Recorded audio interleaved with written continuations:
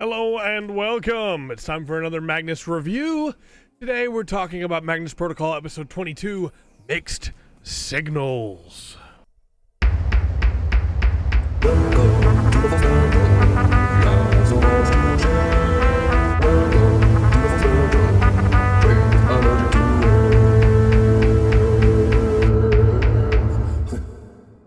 Okay, so our categorization here, our numbers are CAT 13R BC4 488-141-21924 150-42024. Experiment, brain, imprisonment, existential. Gwen makes it back to the OIR, and she and Lena have a very uncomfortable discussion where she is basically demoted, but it's not officially demoted because bigwigs are going to be coming in and you can't let them think there's any instability. Lena is casually terrifying and intimidating in a wonderful way here. And I don't think we've heard the end of this. I feel like even though Gwen has been sent back to data processing, she's not just going to stop there even after all that's happened. But where her arc goes, I'm really curious to see. But then we get into our actual case, which is a letter from Hans Berger to Richard Catton. And these two are very important. They're not the only important names that we're going to see here. Berger is also very controversial, and he's not the only controversial figure we're going to talk about today. But let's just list off the names real quick. We have Hans Berger, the father of the EEG, very important in a lot of ways. We have Richard Catton, who laid all the groundwork that would eventually lead to Hans Berger's EEG. We have Wilhelm Einthoven, who is the father of the EKG, which is also very important. And we have Konstantin Imbaikov, which is the father of, I say father of, I guess it's not really the word that we use, but the hemispheric brain structure that we have today, the understanding that we have of it is because of Baikov. The corpus callosum, as it were. But I mentioned there's some controversies here, and one of the big ones I want to mention with Berger is that, especially much later in history, there's a lot of evidence that says that he was attached in some ways to a certain German political party, and I'm going to say it that way for the sake of YouTube and monetization.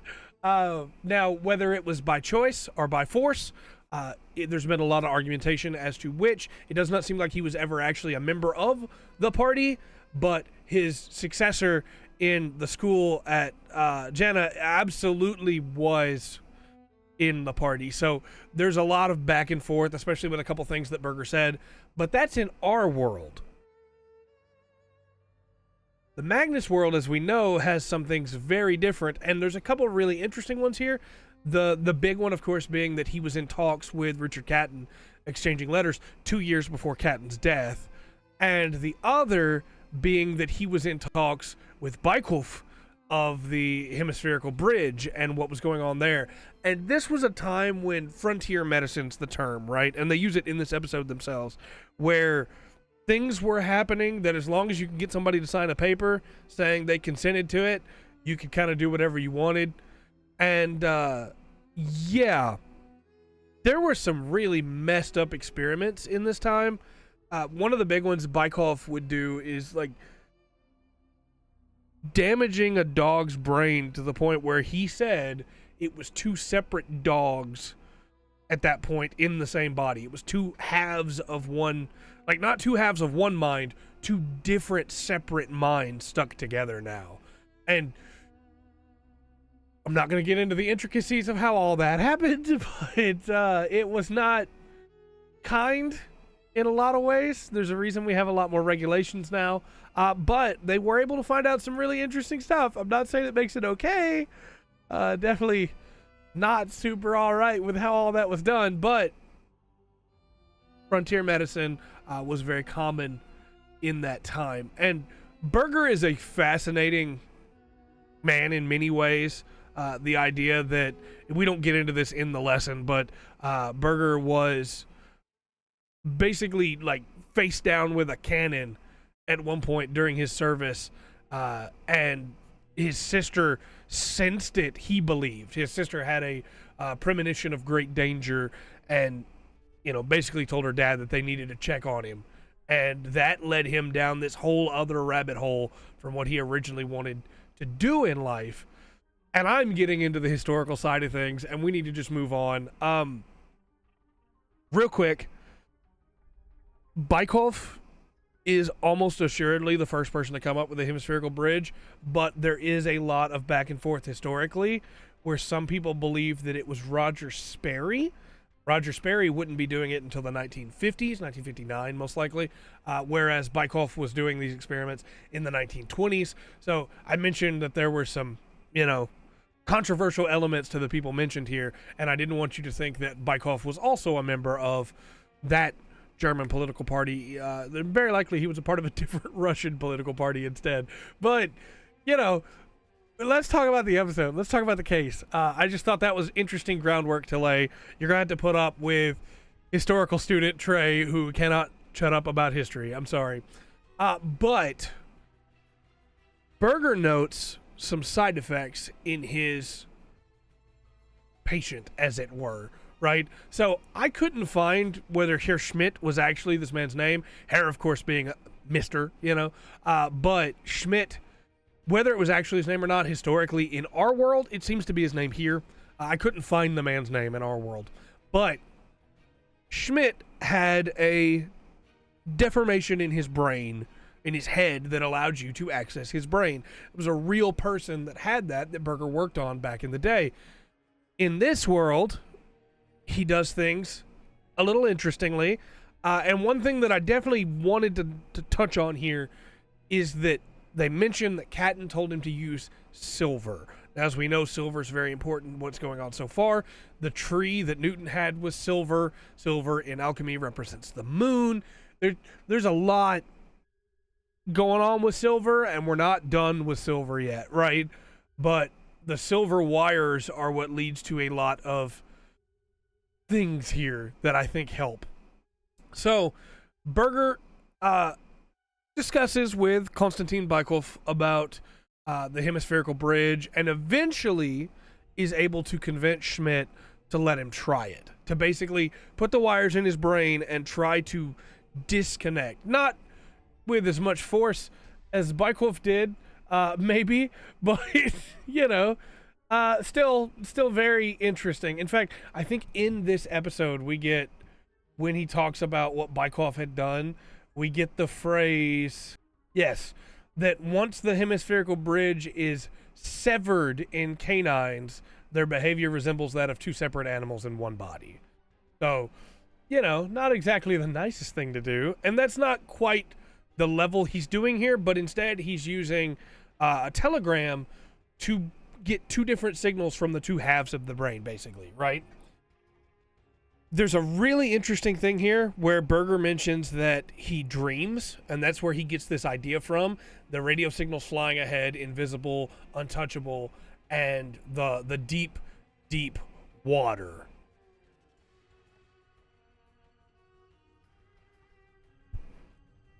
Yes.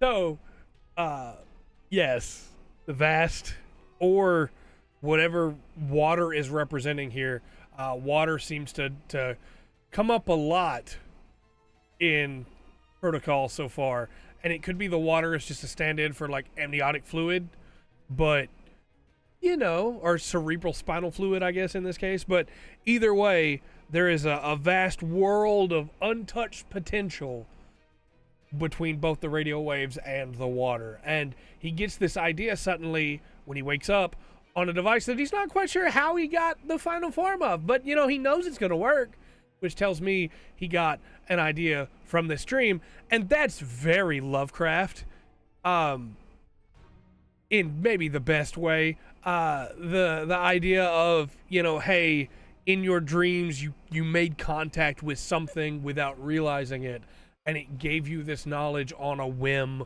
or to try and draw itself closer or something like that. I don't remember a lot of that in archives with like dreams specifically, but I do know that people were like subconsciously touched by the fear. So it could just be an extension of that, right?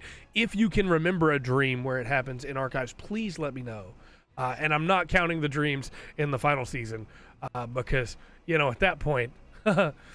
Anyway, he makes this new device using a telegraph, and he connects that to Schmidt's brain.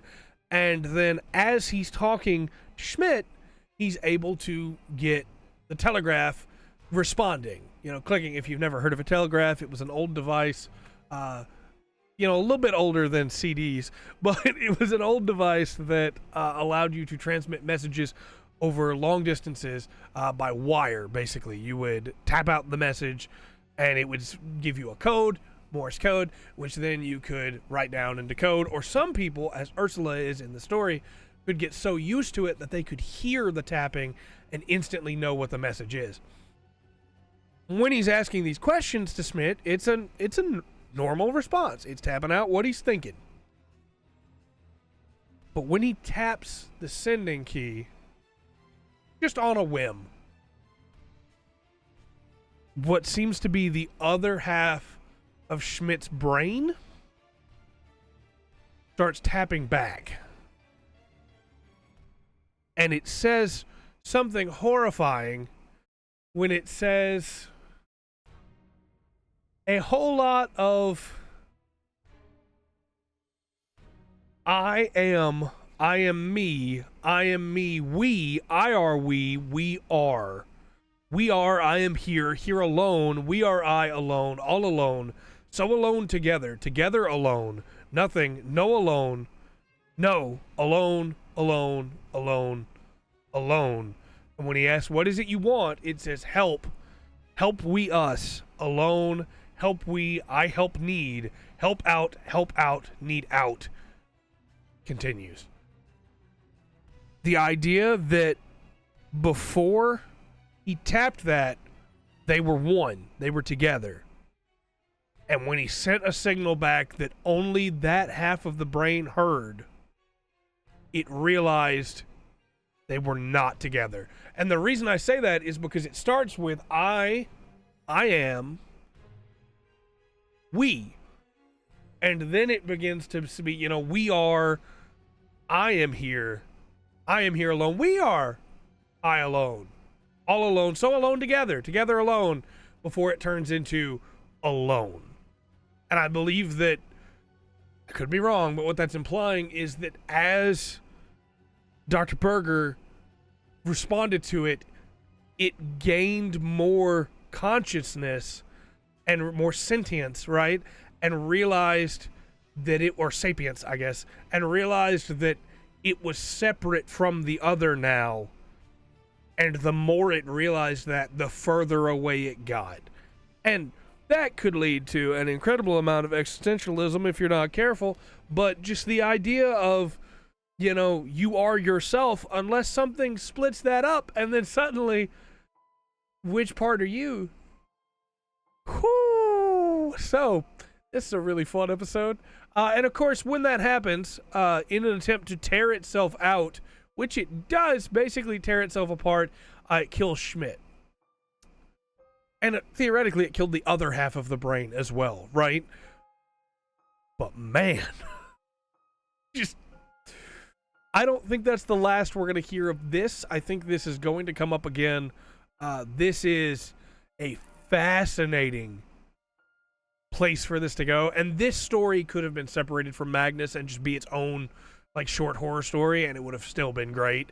But but at least Berger wrote a nice letter to Schmidt's wife about what happened and made sure she got paid, It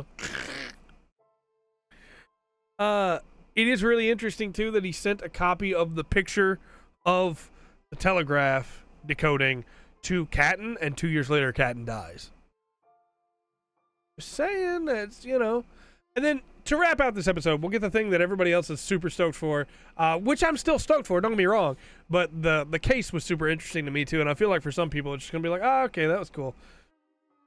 Sam figures out that Alice has messed with his computer. He calls her out on it, and she almost reveals that she's trying to be closer to him again. Whether she wants romantically to be back with him again, or whether she just wanted him around again, Hard to say. She almost let slip that that's why she stuck around and why she's tried to keep going. I don't think that's the only reason. I think she has stuck around partly because she wants to be able to resist it all, or because she knows more than she's letting on.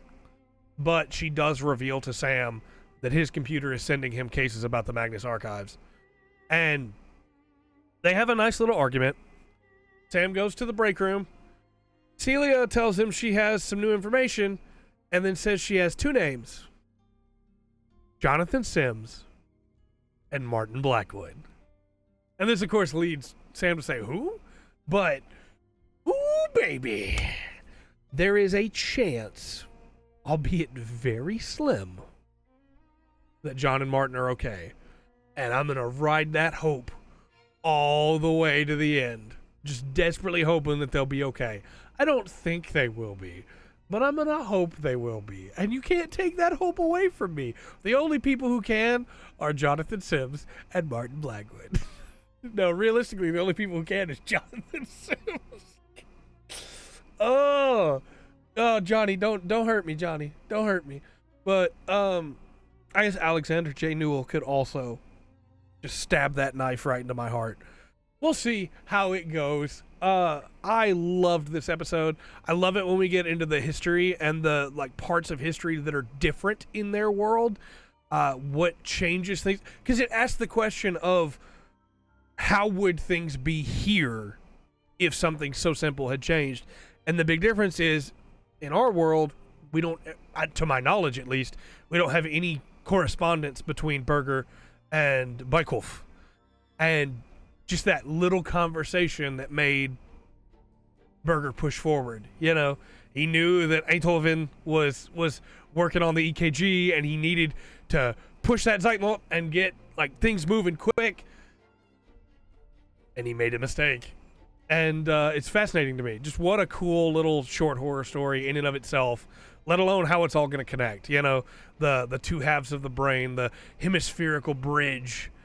I am stoked to see if that gets brought up again, because I don't think that's a mistake. And I'm really hoping at some point we have two people, two beings, two sentiences, two creatures in one body because of it. That would be super cool to me. Anyway, let me know your thoughts in the comment section down below. I've been Trey. This has been The Full Spectrum. And remember to always enjoy the full spectrum. The Magnus Protocol.